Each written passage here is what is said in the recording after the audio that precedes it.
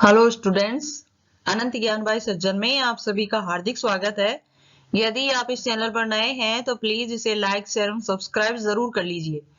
आज हम class 11 Hindi RO है चैप्टर 6 जो कि गद्य भाग से है, पद्य भाग से है, गजल कविता जो कि दुष्यंत कुमार की लिखी हुई है, उसकी सप्रसंग व्याख्या करेंगे।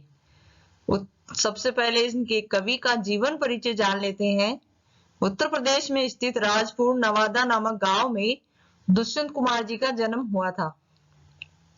सन 1933 में हुआ था। इनका पूरा नाम बचपन में दुष्यंत कुमार था। इन्होंने एमए की पढ़ाई प्रयाग विश्वविद्यालय इलाहाबाद विश्वविद्यालय से पूरा किया। एमए की पढ़ाई के बाद ही इनका साहित्यिक जीवन आरंभ हुआ। दुष्यंत कुमार जी ने राजभाषा विभाग में एवं आकाशवाणी में भी कार्य किया, जैसे मध्य प्रदेश जगह में रहकर। इस महान व्यक्ति की मृत्यु सन 1975 में बहुत ही कम उम्र में हो गई और हिंदी साहित्य जगत का बहुत बड़ा नुकसान हो गया। दुष्यंत कुमार जी की साहित्यिक विधाएं बहुत ही अनोखी हैं।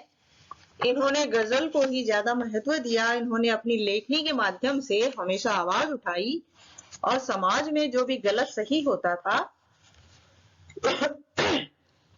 उनको अपने गजल के माध्यम से व्यक्त किया है। उनके हर गजल एवं शेर का बहुत ही ज्यादा महत्व है। इनके गजल एवं शेर बहुत ही ज्यादा प्रसिद्ध हैं और समय समय पर उनका प्रयोग भी लोगों द्वारा किया जाता है। इनकी प्रमुख रचनाएं हैं साये में धूप, सूर्य का स्वागत आदि। इसके साथ ही इनके 9 उपन्यास भी हैं जो कि इस प्रकार हैं: छोटे छोटे सवाल, आंगन में जिंदगी आदि। अब जो गजल कविता है उसका सारांश क्या है। गजल के विषय में हम सभी जानते हैं कि गजल का कोई शीर्षक नहीं होता। यहाँ भी कोई शीर्षक मौजूद नहीं है। सूर्य के साये नामक गजल का यह एक अंश है जिसके विषय में कवि ने यहाँ पर पूरा वर्णन किया हुआ है। तो चलिए जानते हैं कि आखिरकार यहाँ पर कवि इस गजल के माध्यम से क्या कहना चाहते हैं। गजल कविता की व्याख्या है, एक्सप्लेनेशन। कहाँ तो तय था चिरागा हर एक घर के लिए, चिराग अर्थात रोशनी, दीपक। कहाँ चिराग मैस्मर नहीं शहर के लिए। इसकी एक्सप्लेनेशन है, व्याख्या है।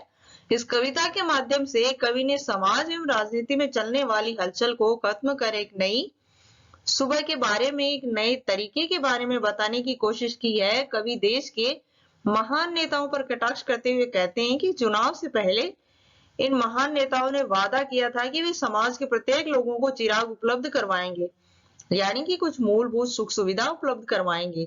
मगर यह सोचने की बात है कि यह कैसे हो सकता है जबकि शहर में यह सुख सुविधाएं उपलब्ध नहीं है, तो लोगों को सुविधाएं कैसे उपलब्ध होगी। तो इस गजल के माध्यम से वे उन नेताओं और राजनीति पर कटाक्ष करते हैं कि वो लोग जब चुनाव आते हैं तब वे वायदे तो बहुत करते हैं, लेकिन जब जीत जाते हैं तो उन वायदों को पूरा करने की बजाय आके उस जनता को या फिर उस क्षेत्र को आके संभालते भी नहीं है जिससे वे चुने जाते हैं। यहाँ दरख्तों के साये में धूप लगती है, चलो यहाँ से चल और उम्र भर के लिए। व्याख्या है। दूसरी ओर कवि ने उन संस्थाओं के बारे में बताया है जो लोगों को सुख सुविधा उपलब्ध करवाने के नाम पर ही उनका शोषण कर जाते हैं। अर्थात कहने का तात्पर्य यह है कि एक संस्था एक ऐसा पेड़ है जहां पर लोग छाया पाने के लिए जाते हैं, मगर उनको छाया के बजाय धूप मिलती है, अर्थात उनका शोषण होता है। कवि ऐसे लोगों से बचने के लिए कहते हैं स्वच्छंद जीवन जीने का संदेश देते हैं। न हो कमीज तो पांव से पेट ढक लेंगे, ये लोग कितने मुनासिब हैं इस सफर के लिए। व्याख्या है। यहाँ पर कवि ने आम जीवन जीने वाले लोगों के विषय में बताया है कि ये लोग मजबूर लोग हैं, यह चाहकर भी कुछ नहीं कर सकते। इनकी गरीबी इनसे लाख कुछ करवाना चाहे मगर यह चाहकर भी कुछ नहीं कर सकते, क्योंकि ना ही इनके पास पैसा है और ना ही वह ताकत जिसके जरिए वह अपनी सुख सुविधाओं को पूरा कर सके। यहाँ ऐसे लोग होते हैं जिनके पास अपना शरीर ढकने के लिए कपड़े नहीं होते, ये अपने पैर से ही अपने पेट को ढक लेते हैं। ऐसे ही गरीब लोगों का फायदा ये लोग उठाते हैं जो शोषण करते हैं, क्योंकि अगर इन लोगों का शोषण नहीं होगा तो राज में शांति कैसे बनी रहेगी। ऐसे लोगों का शोषण करके ही तो लोगों को वाहवाही मिलती है, तभी तो इन गरीबों का शोषण होता है। अब इन्होंने राजनेताओं पर कटाक्ष करते हुए कहा है कि ये लोग तो जो गरीब हैं उन लोगों का शोषण करते हैं, उन लोगों का शोषण का फायदा उठाकर ये अपनी अपना जो मतलब निकालते रहते हैं। खुदा नहीं न सही आदमी का ख्वाब सही, कोई हसीन नजारा तो है नजर के लिए। क्या है? दूसरी तरफ कवि कहते हैं कि इन गरीबों के पास एक बेहतरीन शक्ति होती है, वह शक्ति है कल्पना शक्ति। ये कल्पना के माध्यम से हर चीज को भाप लेते हैं, अपने हर सपने को कल्पना के माध्यम से पूरा कर लेते हैं और उन्हें वह कल्पना ईश्वर भगवान प्रदान करते हैं जिनको ये बहुत ज्यादा मानते हैं।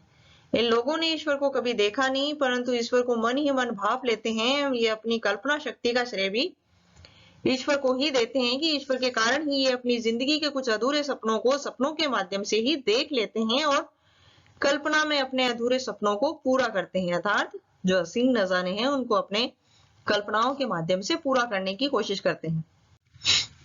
वे मुतमईन है कि पत्थर पिघल नहीं सकता, मैं बरकरार हूं आवाज में असर के लिए। मुतमईन अर्थात मतलब बेसब्र या फिर उनकी इतनी जल्दबाजी है कि मतलब हमारे जो ख्वाब है वो पूरे हो जाए। इसकी व्याख्या है, यहाँ पर कवि ने आम व्यक्तियों के विचारों के विषय में बताया है कि आम व्यक्ति भ्रष्ट लोगों के विषय में यही सोचते हैं, समझते हैं कि भ्रष्ट लोगों के मन में कोई सोच या उनके पास दिल नहीं होता, तभी तो वह लोगों का शोषण करते हैं, जिंदगी में खुश रहते हैं। फिर कवि कहते हैं कि आम व्यक्ति अगर विरोध करने पर उतर आए, क्रांति लाए, तो शायद उनकी जिंदगी बदल सकती है। तेरा निजाम है सिलदे जुबान शायर की, ये एहतियात जरूरी है इस बहर के लिए। फिर कवि कहते हैं कि शायरों एवं शासक में बहुत ताकत होती है जो अपनी लेखनी के माध्यम से ऐसे गलत लोगों का विरोध करते हैं। जब शायरी विरोध पर उतर आती है तब सत्ता के लोग इनकी आवाज बंद करने के लिए इनकी लेखनी पर ही प्रतिबद्धता लगा देते हैं और अपने चेहरे को लोगों के सामने आने से रोक देते हैं। जी तो अपने बगीचे में गुलमोहर के तले, मरे तो गैर की गलियों में गुलमोहर के लिए। व्याख्या है, अंत में कवि कहते हैं कि दुनिया के हर एक व्यक्ति को स्वाधीन होकर जीना चाहिए। हर एक व्यक्ति को यह समझना चाहिए कि चाहे वह अपने लिए जिए या औरों के लिए जिए, दूसरों का उद्धार करे या अपना उद्धार करे, मगर उनको मानव जीवन के मूल्यों को समझना होगा। यदि कोई व्यक्ति मानव जीवन के मूल्यों को नहीं समझता है तो वह मानव नहीं हो सकता है। अर्थात ये मानव को स्वाधीन तरीके से जीना चाहिए और हर एक के जीवन को सुखमय बनाने के लिए एक दूसरे की मदद करना चाहिए, ना कि उनका शोषण करना चाहिए। तो इसी के साथ हमारी क्लास यहीं समाप्त होती है। इस वीडियो को देखने के लिए आपका बहुत बहुत धन्यवाद। अगली क्लास के लिए इंतजार करते रहिए, तब तक के लिए अलविदा।